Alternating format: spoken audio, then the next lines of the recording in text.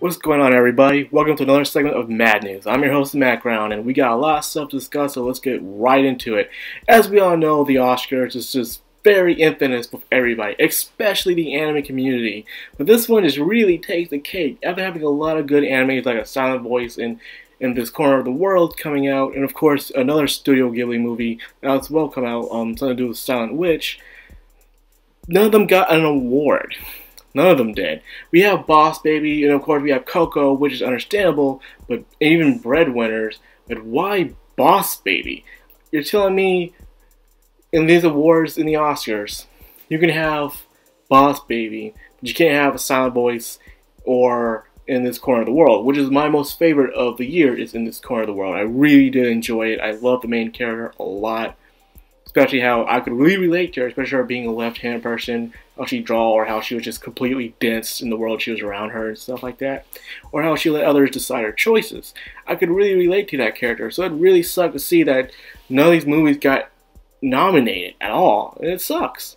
So however, I do have another thing I'd like to talk about that, is why this happens. As we all know, these are Japanese movies, and they're not no way sometimes really helped by America. They're just Japanese movies. No matter how much they sell well, how is America making any profit about this? Or could I say Hollywood? Oscars is mainly a Hollywood kind of thing.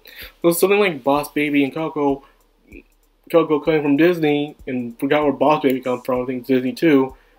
They're from an American corporation that's influenced with Hollywood. So of course these movies would highly benefit and of course make sales within the American industry. However, no matter how good these movies are from Japan, they only really benefit Japan.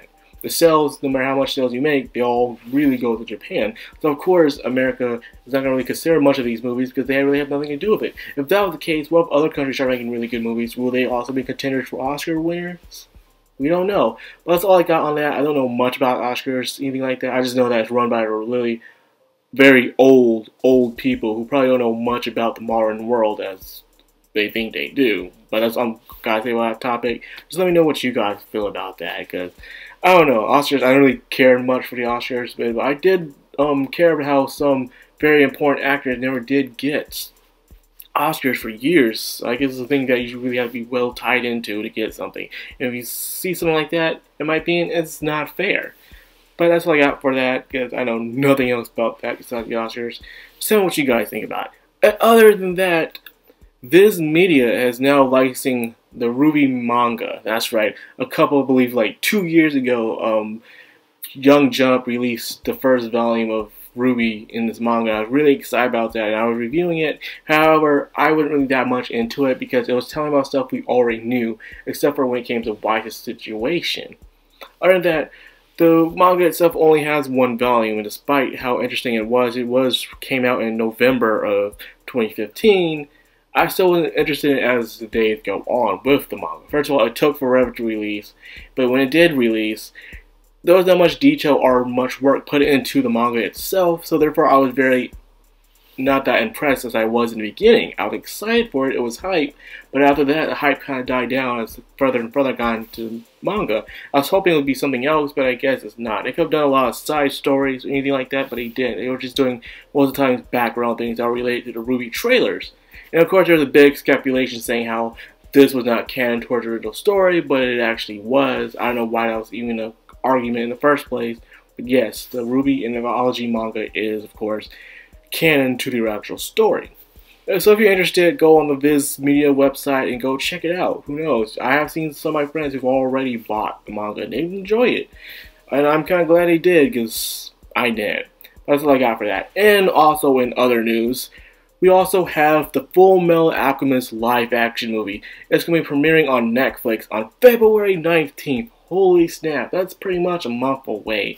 This movie has gotten a lot of hype throughout the years, especially after the failure that was Ghost in the Shell. A lot of people kept complaining about the whole entire whitewashing thing, but I don't think that was the actual case. In this term relation, Full Metal Alchemist, even Full Metal Alchemist Brotherhood, mostly have white people in the show. So the fact that the whole entire cast is Asian, I like to see if anyone's going to say anything like yellow washing, but I highly doubt it because that's just how anime fans roll. Completely one-sided, just like the other side.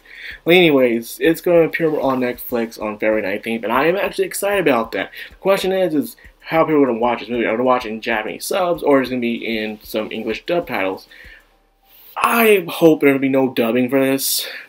That would be kind of lame, but there probably will be. I would probably watch it, though, and have a good laugh at it. With a couple drinks and snack, I would definitely laugh at that. But yeah, I'm very excited about that. Are you excited about the Fullmetal Alchemist live-action movie? Because it's been a while. We have been waiting for this, and it's finally coming. So yeah, we can finally see how Japan does its live-action movies when it comes to its big title series. Then yet again, they also did Attack on Titan. I wasn't that pleased with that neither. So I just think that anime movies just can't be well made at all, point blank. Because so far we haven't really gotten an actual one. Other than that, there's something else I like to talk about that not a lot of people really talk about. As we all know, inside the anime industry, anime's determined by its success now in these days is by its Blu-ray sales. So of course, if it sells well, it might get another season, OVAs, movies, and stuff like that. And I would like to see that a lot in a lot of my shows. And God knows I have a lot of shows that never got continuations because the Blu-ray sales suck. So anyways, I have found a list for January 15th through January 21st. These are the sales, and also even have the total round sales that they have all together as well on My Anime News Network. So anyways, at number 1 is Land of the Luxurious, which is also known as Country of Jewels, and you know how much I love the series because I have also reviewed it as well. They have gained over a total of over 5,000 sales and copies. In my opinion, that's kind of bad, but the fact that it's actually top list is kind of a shame, meaning there's not much sales in anime Blu-rays, which kind of sucks, because, and again, there's the price, so there's that. Blood Brigade, Battlefront, and Beyond. Volume 2 gains over 4,000, just a little over 4,000, and it's doing pretty well. I'm glad to see that. Of course, there's even Despicable Me's on the list. But here's the thing about I want to talk about Despicable Me and any other Disney or non-Disney American movies. They're on this list, but the total copies they have are in the hundreds, while all the other anime sales are barely even over 10. Like, that's kind of a shame, you know? It's like, I guess even in Japan, American Blu-ray sales are way better than their actually anime sales, which is saying something. Despite the fact that how much hype and love anime gets, it really sucks when it comes to sales. And I believe it has something to do with the pricing. Like, how much does it take to make a Despicable Me show, movie? We all know that takes a lot of money to do that 3D animation for one movie. And according, it probably has more budget than the actual, like, 12 episodes of an actual anime. It actually spends way more money than that. So it makes you wonder how come the anime itself has to be higher than the movies in America. It's kind of puzzles me a little. However, something I want to talk about is Love Live. Love Live, Sunshine second season, has a total, is the only anime franchise right now that has the max sales altogether in total copies.